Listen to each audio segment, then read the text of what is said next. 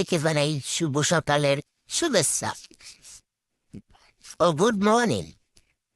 আমি এখন সকালে নাস্তা করবো। খাইছি নাস্তা করতে, আরে ভাই খাইয়ে দিই হলে তেলের পর এইগুলো কি আর মানে খায়?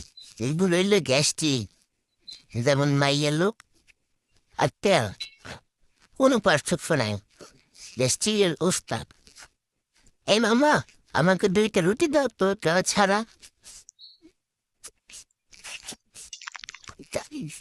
আর এখান থেকে 4 পিস মিষ্টি দিও, মিষ্টি দিয়ে খাবো আজকে। আর এখান থেকে 8 পিস দেবে ঝোল মিষ্টি। আহ, সকালের নাস্তা সেই হল শেষ। সবাই দেখবে আর আফসোস করবে, এরকম খাবার আর কয়জনে খাইতে পারে বাবু?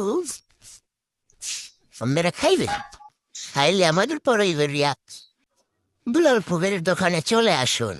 দাঁত রইলে কিন্তু। শুভ সকাল।